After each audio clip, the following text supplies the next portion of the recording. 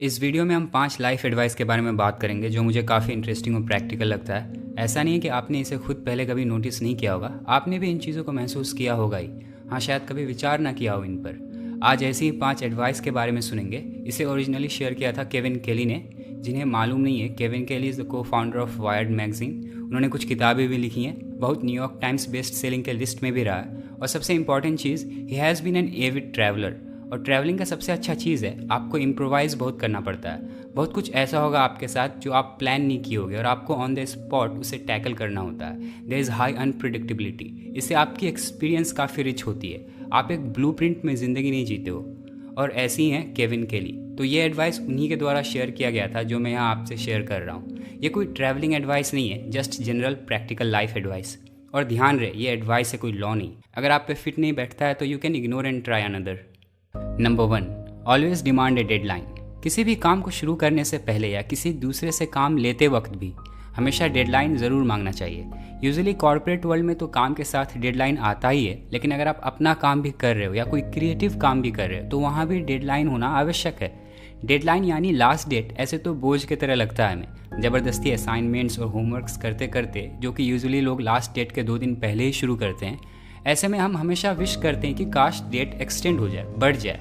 लेकिन डेडलाइन ज़रूरी इसीलिए है क्योंकि आप फिजूल की चीज़ों में व्यस्त ना रह के सीधे काम पे आओ, टू द पॉइंट। आप किसी चीज़ को परफेक्ट बनाने में ना लग के उतने ही दिए गए समय में आप काम को कैसे अलग कर सकते हो उस पर ध्यान दे सको। डेडलाइन आपको परफेक्शन से बचाता है। Don't try to be perfect, try to be different, and different is better.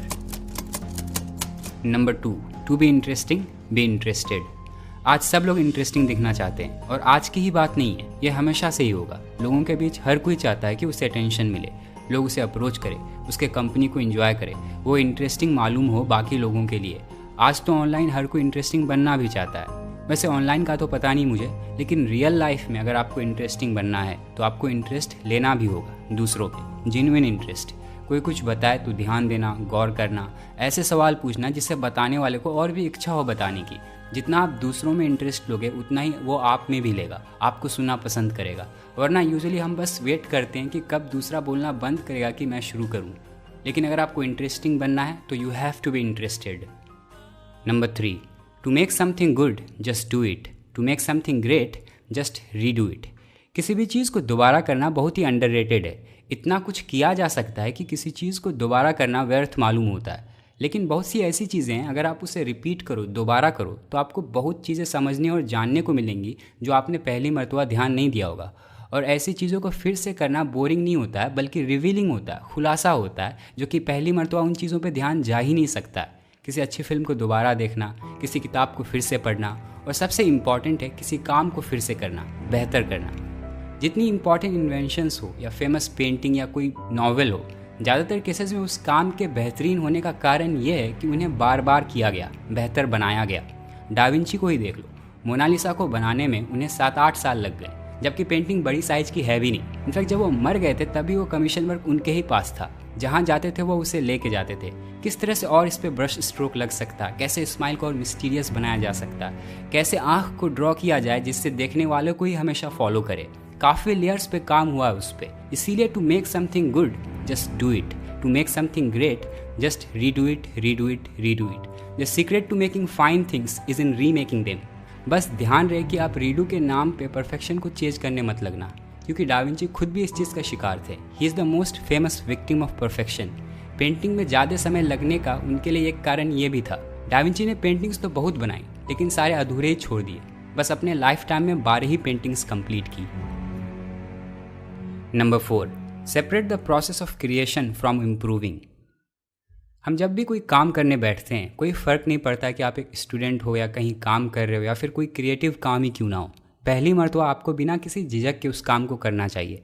मतलब कि पहला ड्राफ्ट या आइडिएशन या किसी भी चीज़ का ब्रेन स्टॉर्मिंग ही क्यों ना कर रहे हो, आपको दिल खोल के करना चाहिए। तब इंस्पेक्टर नहीं बनना चाहिए, क्योंकि लिखना और एडिट आप एक साथ नहीं कर सकते हो। आप मूर्ति को पॉलिश और आकार एक साथ नहीं दे सकते हो। You can't make and analyse at the same time, क्योंकि आपके अंदर का एडिटर आपके क्रिएटर को रोक देगा, आपके फ्लो को तोड़ देगा। जब आप इन्वेंट करते हो तो सेलेक्ट मत करो, स्केच करते हो तो इंस्पेक्ट मत करो। जब हम पहला ड्राफ्ट लिख रहे होते हैं तो हमें लिखते रहना चाहिए। सोच के द्वार पे बैठ के चौकीदारी नहीं करनी चाहिए। ये आइडिया सही है या ये आइडिया बुरा है, क्योंकि शुरुआत में एक क्रिएटर माइंड को जजमेंट से आज़ाद रहना चाहिए। Number 5, act out the change you seek. हम अपने सोच को आसानी से बदल सकते हैं अगर हम अपने पहले व्यवहार को बदल लें, क्योंकि सोच से व्यवहार को बदलना कठिन है। It is much easier to change how you think by changing your behaviour than it is to change your behaviour by changing how you think. और ये हम सब जानते भी हैं, क्योंकि हम सोचते तो बहुत कुछ है पर करते कितना है। इसीलिए जो बदलाव आप देखना चाहते हो उसे अपने व्यवहार में लाओ। Act out the change you seek. काम करके मोटिवेट होना आसान है मोटिवेट होकर काम करने से।